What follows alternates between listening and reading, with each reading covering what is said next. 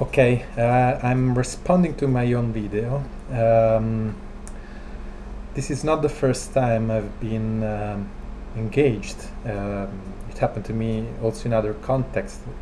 I've been engaged in discussions about free will, and usually for some reason my argument I must not be clear enough about what I mean, because my argument is often misinterpreted.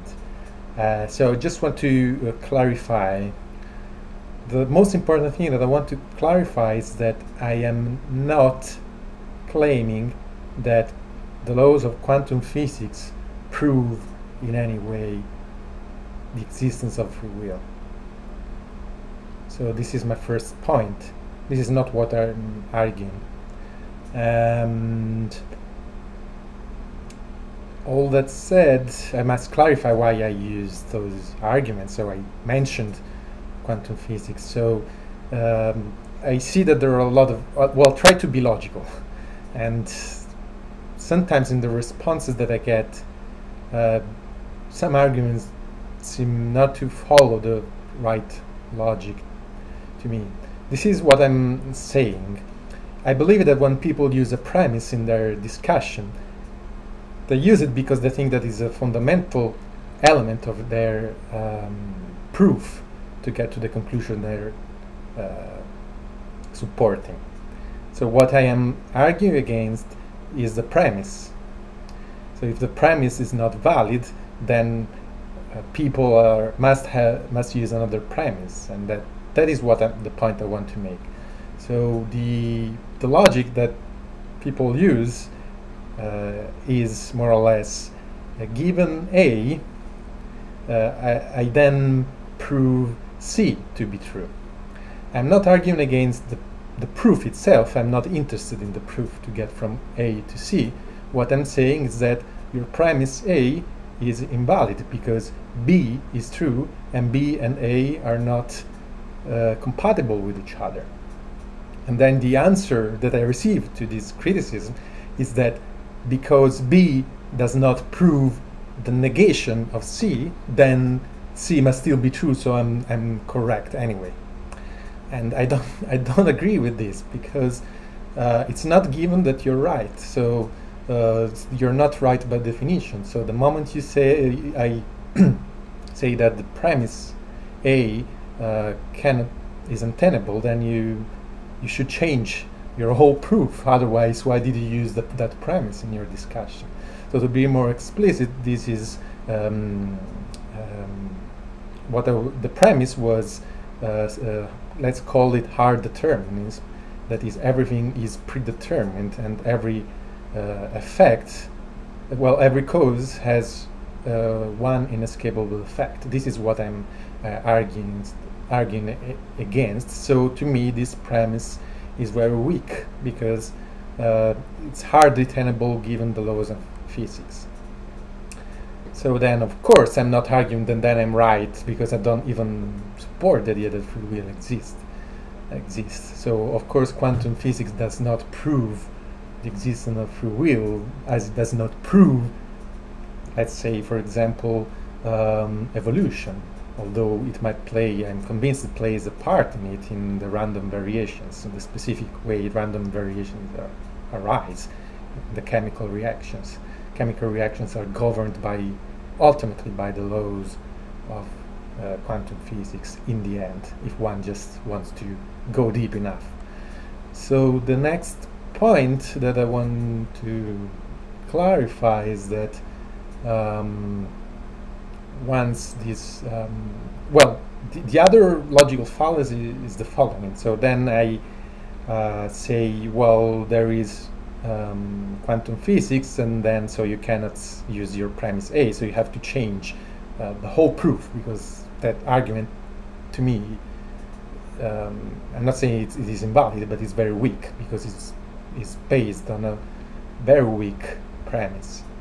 So then in turn, what I'm said sometimes is more or less something that it's not the first time, but I read it in the comments too, for example, by Gnostic Atheist, is that because then one argument that is used is that well, if everything is determined, then you cannot have free will. But even if, you know, it's randomness that guides my actions, still I am not free because my actions are random.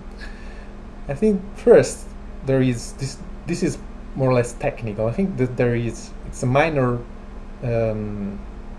problem with this, a first minor technical problem with this, and then a major, I think, logical fallacy. The minor technical problem is that there is a problem with the language. So I don't think that most people think that randomness, quantum randomness, as in classical terms in the end. What really quantum randomness is indeterminacy. So more or less, I would say that all events are to the major part, for a major part, deterministic, but to some extent they're undetermined. So the states of the particles of reality are, at least to some extent, undetermined until something happens that is still not clear, in fact, but something happens, and then the systems at some point acquire a definite value for a given probability. For example, through measurement. This is one way, but more generally is through some interaction. So there is some value of the particle that is undefined until some special interaction happens, and then that value becomes determined. So this is not just randomness in the sense that what is going to happen is just random, but it just means that something is undetermined to some extent.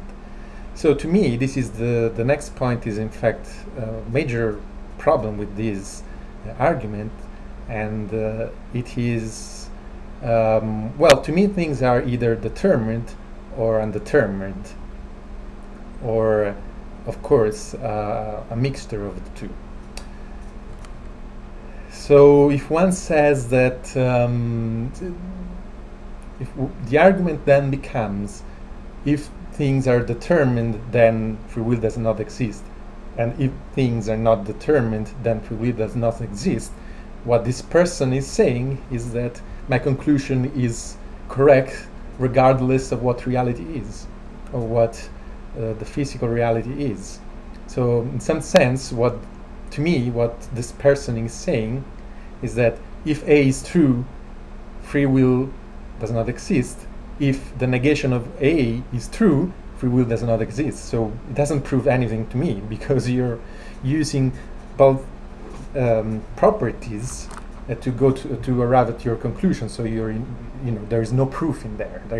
You use the premise and the negation to the premise, and you claim that in both cases I'm right. So in both cases you're right. So well, that's a kind of easy way out of it.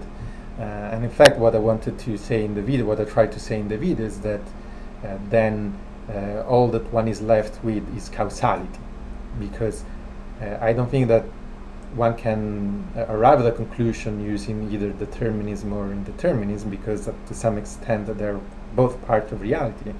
Then one must turn to causalism. But again, I insist that to me, causalism is not synonym with the absence of free will, because to me free will is something that can be caused. The question is, what is that given the causes then generates an action, whether there is a possibility to select one or the other action, and what it is to select that action specifically. So these are the points that I wanted to make. I hoped I could have been clear, but I hope the message goes through anyway, and I've been clear about, again, this point. I'm not arguing that the laws of quantum physics prove in any way that free will exists. I'm just saying that one cannot use the premise of pure hard determinism, because that is not a premise that is valid.